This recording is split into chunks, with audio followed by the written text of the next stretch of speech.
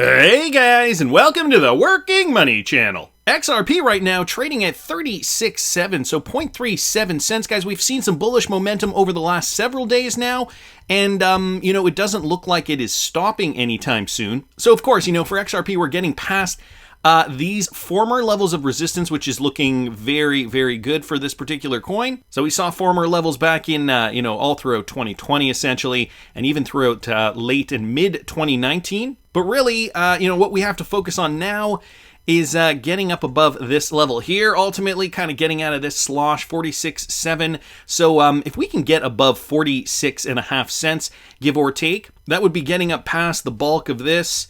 And, breaking this level, I think, could be very, very promising for XRP. Of course, this is going to depend on where the rest of the market is going. It's great to see Bitcoin up past $20,000. Right now, Bitcoin is trading at $23,400. So some equally positive momentum here for Bitcoin coming out of this slump. And, I read an article earlier today saying JP Morgan was even suggesting that the bulk of the bear market, or rather the majority of the losses and the downside is likely behind us.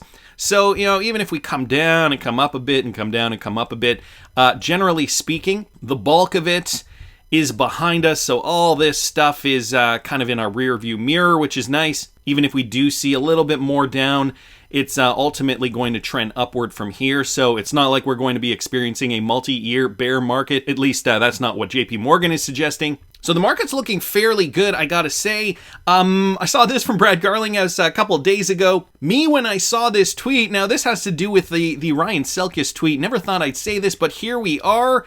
Let's go Ripple. The SEC is out of control. Selkis and Garlinghouse, and of course Brad posting, this infamous GIF image now of himself being surprised at a comment that was mentioned in a Zoom conference.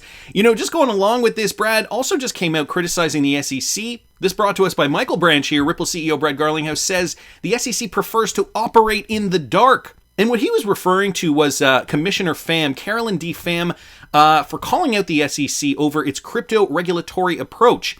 The Ripple CEO took to Twitter to describe the comments made by Commissioner Pham as powerful. And here's the quote: "Powerful words from Commissioner Pham. Regulatory clarity comes from being out in the open, not in the dark. According to Garlinghouse, the SEC seems satisfied with operating in the dark rather than being transparent with its policies."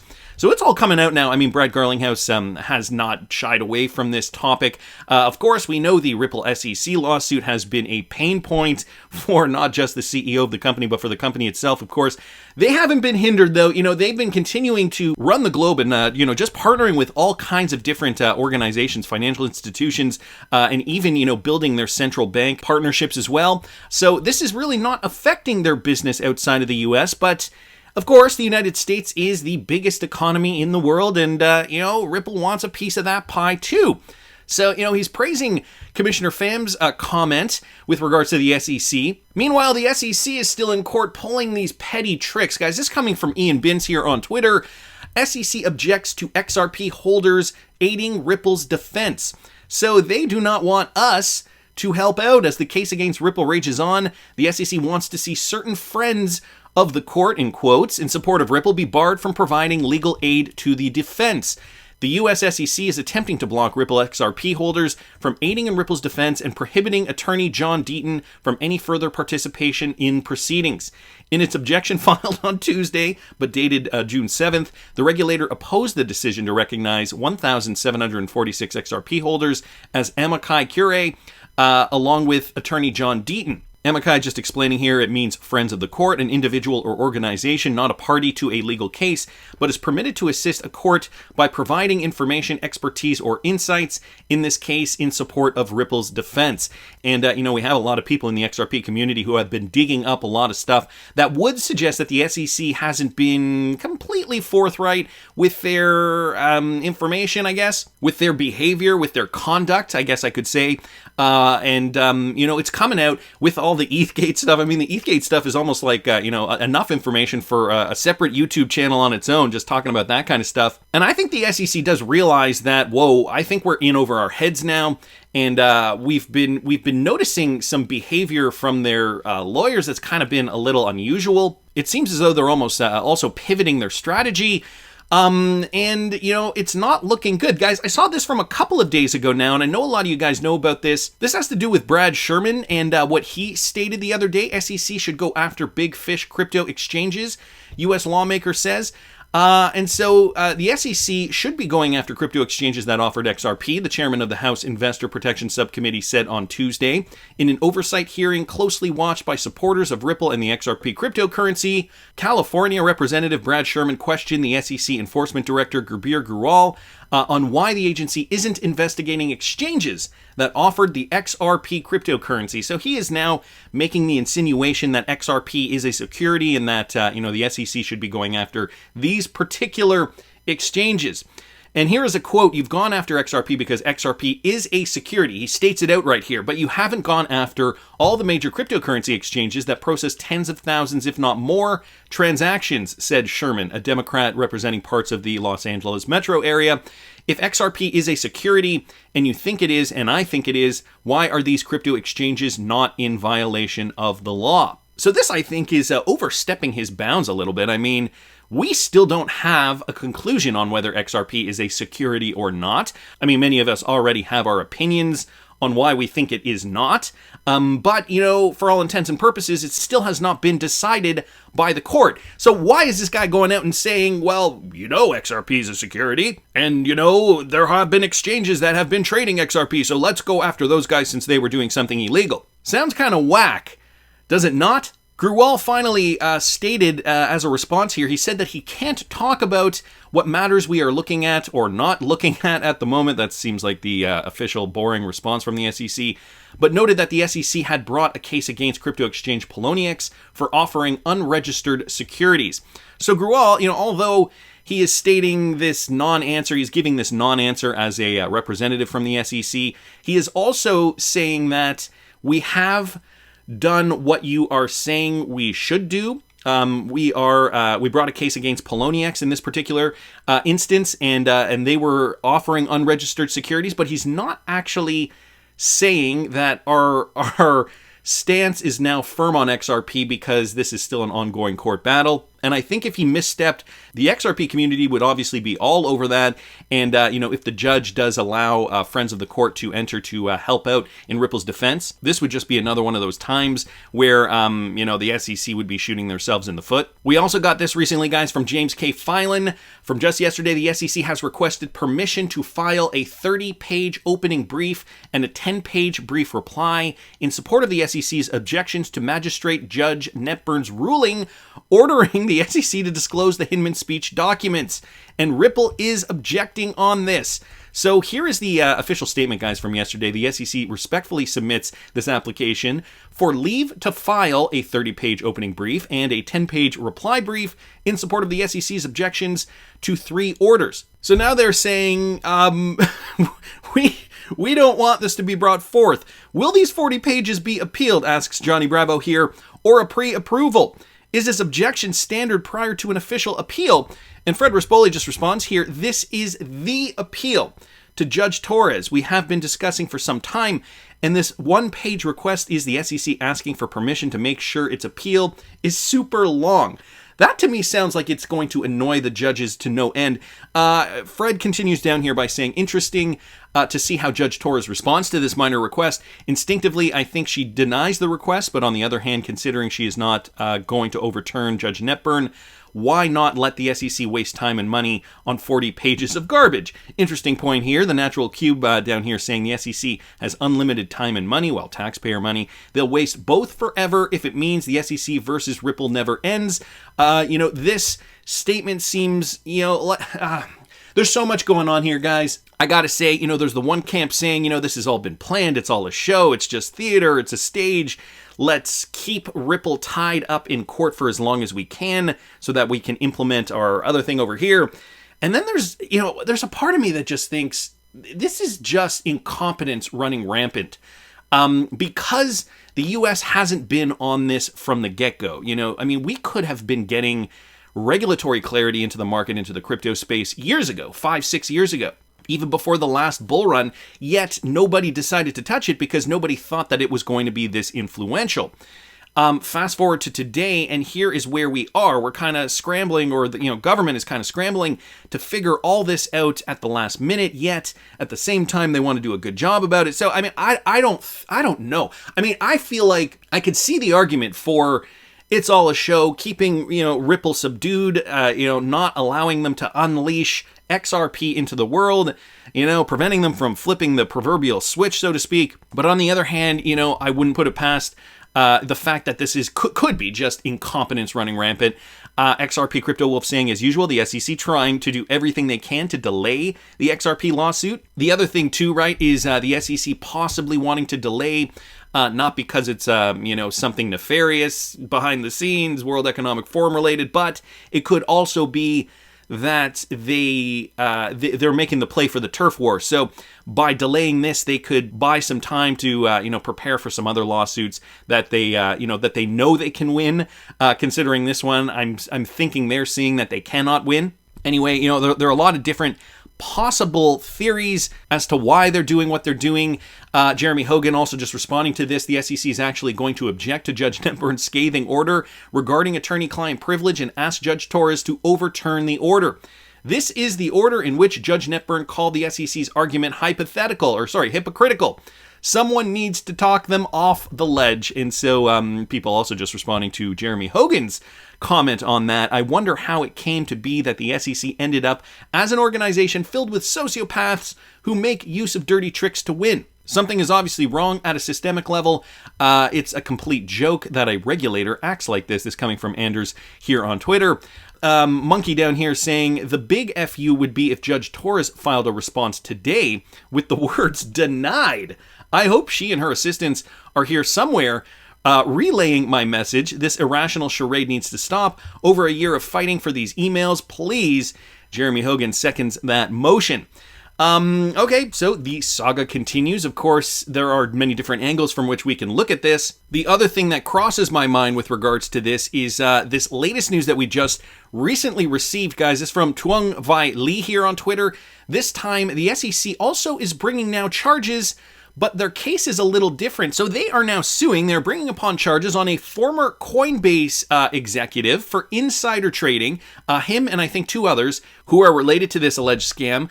But she's mentioning here their case is a little different this time. They allege insider trading on only 9 of the 25 tokens, those that it claims are securities, and then they list 9 tokens here. Complaint goes into detail about why each is a security. So could this be another SEC tactic? Maybe they have a list, or they know they have some insider information or some information, some intel on who was trading behind the scenes, but considering the SEC can only has jurisdiction over securities, they have to be very specific as to who they are charging and which coins they are charging them with. In this case, 9 out of 25 of the coins that they were allegedly trading with insider information. Unlike the SEC's case against Poloniex, this time they state exactly which tokens they allege are securities. So question is, what's the liability for Coinbase and those 9 token issuers themselves? And so, guys, if you want to know a little bit more on that, she posts a resource here from the Coinbase blog. Also note something interesting here that Agent Smith V3 highlights. Any of those come from the Ethereum Token Factory, and Gary Gensler HatersClub.xrp here saying yes, several of them. So that's also interesting. ERC20 tokens. How are these securities? How could this affect anything else moving forward? I mean, this is, again, so complicated at this point. There are a lot of moving parts. I'm sure there are a lot of motivations from different parties involved. So it's not so cut and dry. And I think, us brainstorming this in the XRP community, I think we've probably got a lot of pieces of the puzzle. But, it's just putting them together and, figuring out true motivation, figuring out, where allegiances lie, how this is all going to get sorted out. The U.S. government, how competent are they at, regulating this? Have they dropped the ball? Are they just not admitting it? They should have been doing this a decade ago, really. Or even 5-6 years ago, they should have been, focusing on regulatory clarity, but they have not. And so here's the predicament we're finding ourselves in. Pally also just mentioning this interesting point with regards to this most recent story. It is an interesting choice to charge 3 people with insider trading of unregistered securities under the 1934 Act, but not to also charge the exchange where they are listed. So note that they aren't actually charging Coinbase, they're only charging the guys from Coinbase for insider trading. Tactical brilliance of some kind by going after people without resources. I mean, I guess, but any findings in those cases would be binding on Coinbase as it's not a party. As regular readers of this feed, I am no fan of Coinbase, but am not suggesting they should be charged, nor do I think insider trading is good or fair. Just, if you're going to do it, SEC, just take them on straight. Doesn't sound like that is a play in the SEC's playbook. Nevertheless, Pally continues down here by saying, this seems likely some weaselly, weak-ass tea to me. How can you charge people with insider trading without charging the massive publicly traded exchange for listing unregistered securities? So that is a very, very good point. Coinbase makes hundreds of millions of dollars, treats customers like garbage, and instead of going after the platform, you charge 3 people with insider trading instead of charging the platform. Help me out here. Are you for real? So yeah, all good questions here. Things that make me go, and things that should make you go, as well. And so now, to spice things up even more, the breath in Joe's nostrils also posted this with regards to this latest Coinbase security story. Today, the SEC sued a Coinbase employee over 9 tokens specifically they deemed securities. If you remember, MrPool, back in, when was it? Yeah, it was 2020. In 2020, he wrote, "The last days will come when 9 patients come to one healthy and say, 'You are sick because you are not like us.'" So isn't that interesting? And so this was Fojak just retweeting out this MrPool tweet. Saturn Hexagon, red and green here. I don't know if these were from 2 other tweets. It looks like this one was from June of 2020. Yeah, the same day here. Maybe they were photos that went with this particular tweet. But also, do you guys remember back in late April when CoinMarketCap pointed this out? Who is the imposter? There is an imposter among us. Kind of in line with this MrPool statement, the 9 patients will come to one healthy and say you are sick, and coincidentally, the guy who was caught for insider trading at Coinbase is charged with only 9, specifically 9 cryptocurrencies. It could be just a coincidence, but what do you guys think? CoinMarketCap back in April did state that the answer is XRP for being controlled and governed by the authorities, hence defeating the purpose of cryptocurrency. Now this tweet was eventually deleted, but it did stir up the XRP community specifically. All other coins in this are decentralized and are basically people's crypto.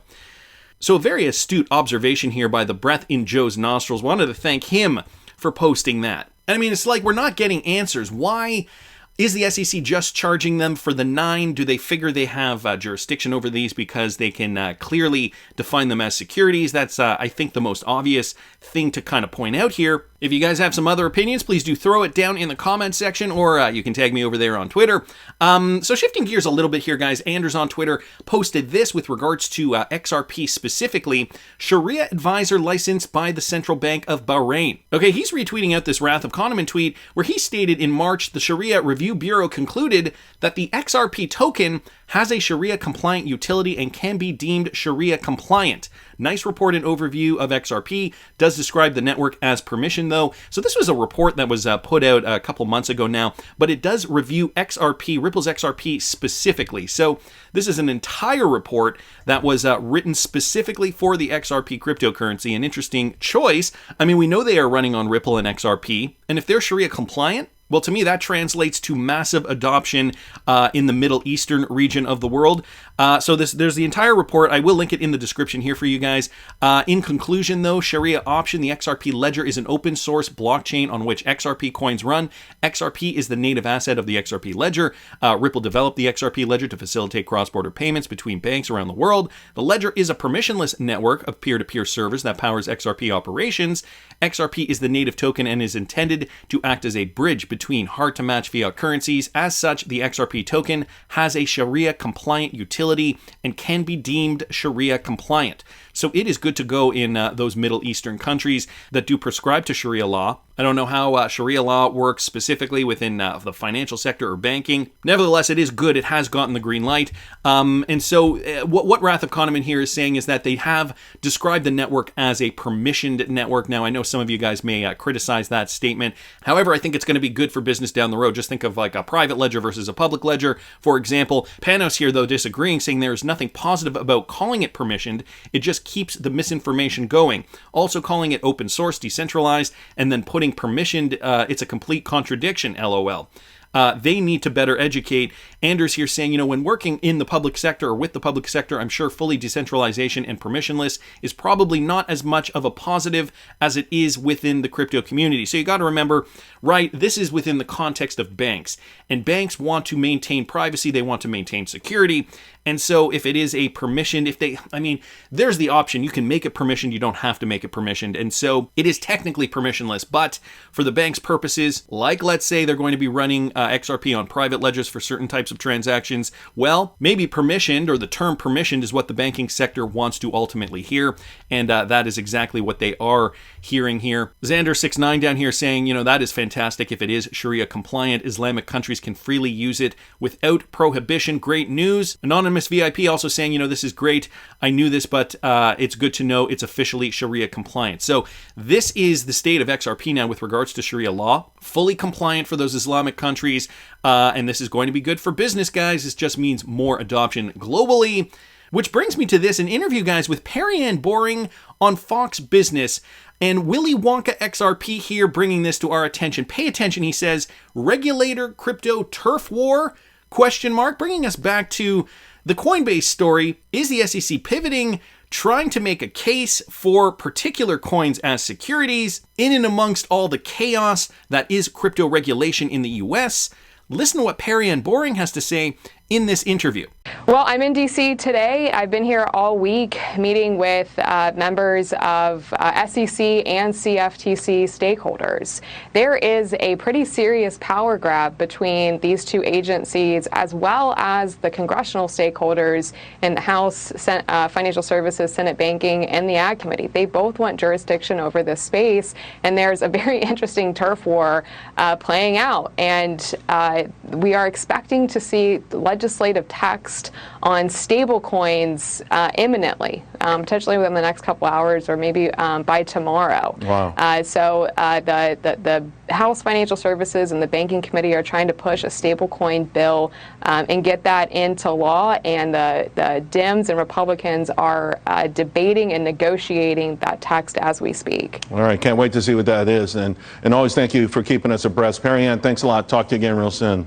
So stablecoin regulation is looking imminent in the United States. I believe this was just posted last night by Willy Wonka XRP. So this was from yesterday, guys. I don't know if we've received a final verdict on that or not. And it just gets me thinking, is this why we're seeing this kind of scrambling to, charge this guy from Coinbase for insider trading, but only for these specific coins? I feel like the SEC is just scrambling in order to kind of retain some kind of power over the cryptocurrency industry. Are they doing this because they realize that, the regulation is knocking at the door, that we are going to be getting it soon? And I think, once we see the stablecoin regulatory clarity, which I know I think it was about a month ago, we heard, I forget what politician it was, but they were saying how the stablecoin regulation will likely come first. And then, we'll see a cascading of the rest of the cryptocurrency regulatory clarity, just this kind of onslaught of crypto regulation come after that. So, Perry-Ann Boring saying that we were supposed to see it yesterday, if not today. So has it come? Well, with regards to the Islamic countries, it doesn't really matter because that's not in the US, but, they're all ready to run RippleNet with XRP. We're seeing this frenetic activity from the US SEC. And then it dawned on me when I read this comment here from Chesty Puller's Ghost. Remember when the World Bank thought that XRP and XLM were stable coins? What's your take on this? Now, if you guys did not see a video I did on this, I will try to find it. I'll link it up here in the top right-hand corner for you. Yes, the World Bank said this in one of their official reports. Stablecoin refers to a class of digital currencies that are relatively stable in terms of their price. Stablecoins offer instantaneous processing and security of payments as many cryptocurrencies do. They also offer stability with respect to their parity against fiat currencies.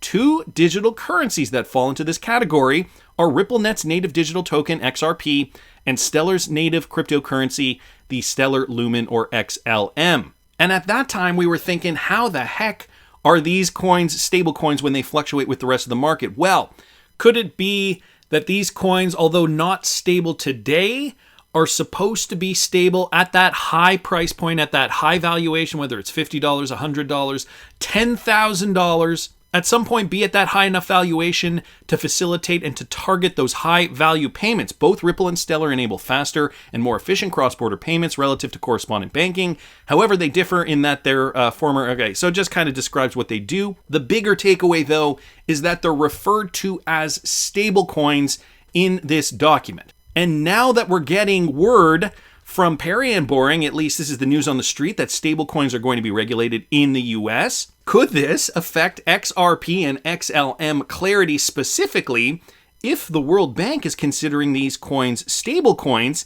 And is there a possibility that this could take over the SEC's case against Ripple altogether? Maybe they realized that, the writing was on the wall, and this is why, we're seeing this pivot to attack other coins, ones that they know they have a firm grasp on as securities. Strange times, guys, but I'll keep you updated. That's just my opinion, but I want to hear what you guys think. Please subscribe to the channel if you haven't already. Like the video if you like the content I'm providing. I always love hearing your comments. See you in the next one, guys.